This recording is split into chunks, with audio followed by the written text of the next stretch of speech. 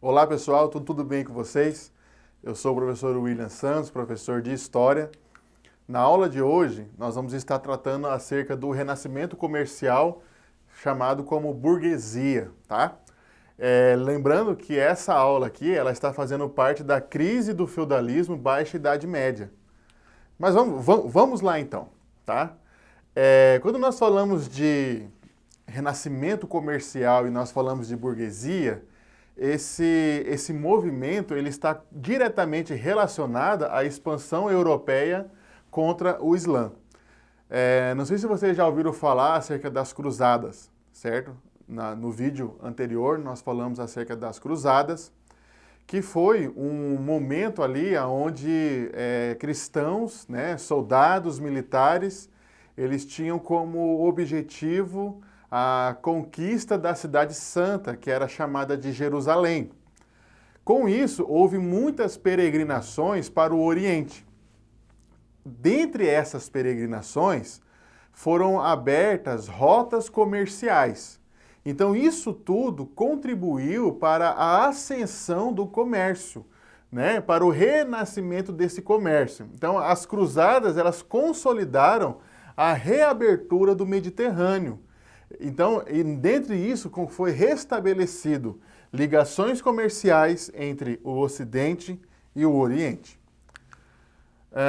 O contato com os islamitas, ele ensinou os cristãos certas técnicas comerciais. Então, eles absorveram isso da cultura islã, essa cultura que estava lá no Oriente Médio.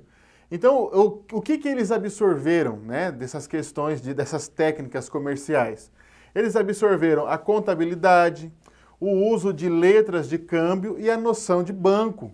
Dentro da Europa, também, aconteceram diversos fatores que contribuíram para o fim dessas invasões, que contribuíram para a ascensão desse comércio, tá? Então, dentro da Europa, diversos fatores contribuíram para poder ascender esse comércio. Dentre eles foi o fim das invasões, né, dos árabes e assim por diante.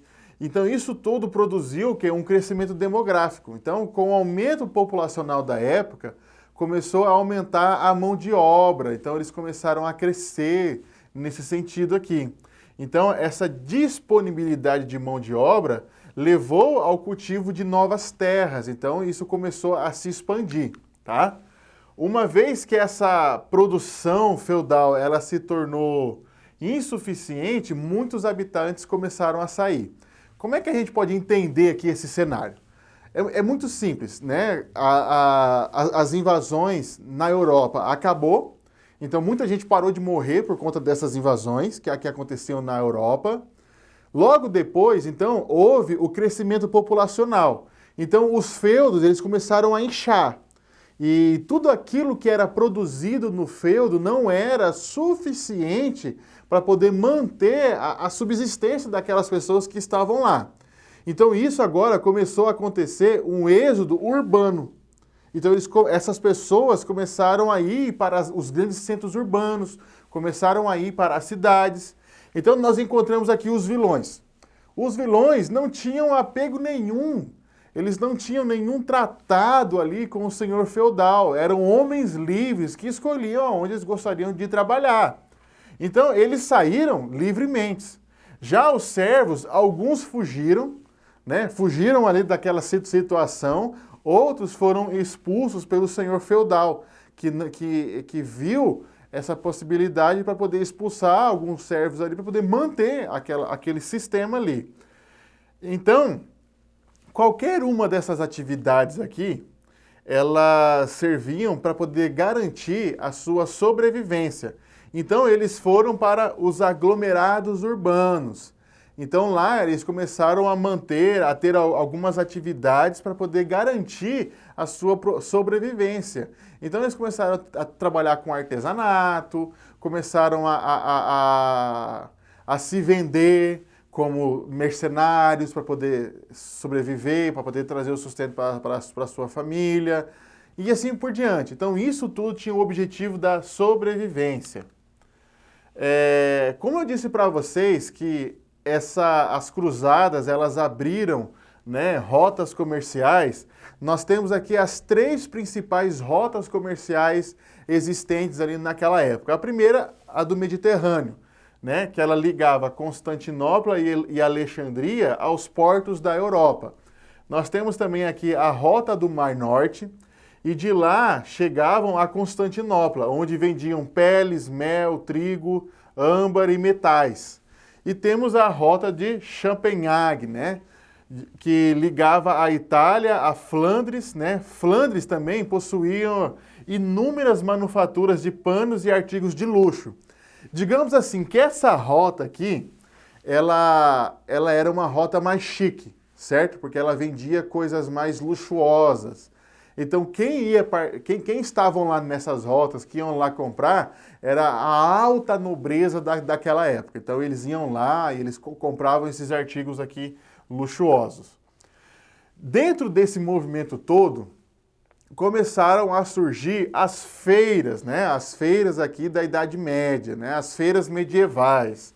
Essas feiras aqui, ela era composta por um grande número de mercadores, certo?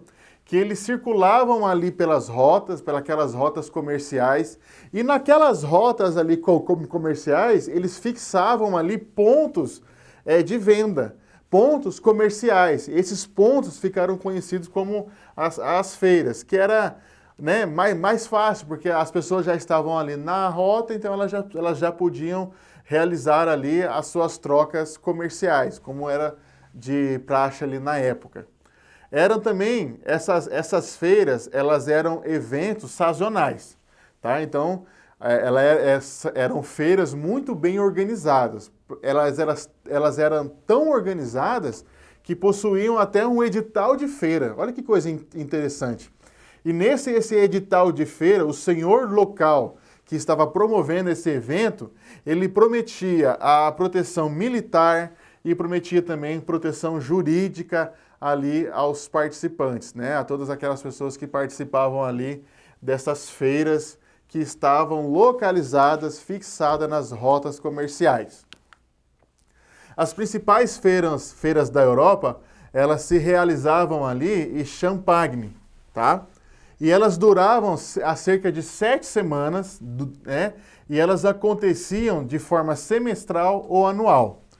Algo interessante aqui é que a multiplicação dessas feiras levou à utilização de letras de câmbio, porque as pessoas chegavam lá, cada um, porque não havia digamos assim, uma moeda única, né? Vinham pessoas de várias regiões e ali era feita uma espécie de troca. Só que para poder facilitar ali as trocas, então eles falaram assim, ó, vamos pegar aquilo que você traz. Então você vai lá no cambista e você troca aquilo por letras de câmbio. Então, vamos supor, se você trouxesse ouro, o ouro era pesado e você recebia ali letras de câmbio. Aí você podia ir lá para a feira e aí você, né, comprava aquilo que fosse necessário, né? Fica a seu critério aí. Nessas feiras, como eu disse para vocês, haviam os cambistas. Então eles trocavam, né, para os clientes as moedas de várias regiões, né? Também algo interessante que aconteceu aqui nessas feiras é que começaram a ter aqui os empréstimos a juros. Por mais que na época, né, emprestar dinheiro a juro era algo extremamente condenado pela igreja, nessas feiras aqui se tornou uma prática corrente, tá? Então, dentro disso foram fundadas as primeiras casas bancárias que emprestavam dinheiro a juro. As feiras, elas alcançaram o seu apogeu no século XIII, tá? No século XIII, elas alcançaram o seu apogeu, o seu ápice, e dentro dessas feiras começaram a circular muita troca, muito dinheiro, né? Começa agora a ascensão de uma classe chamada a classe dos burgueses, eles começam a ficar muito poderosos, a ter muito dinheiro, e assim por diante. Então nós encerramos essa aula aqui. Um forte abraço para você e até a próxima aula.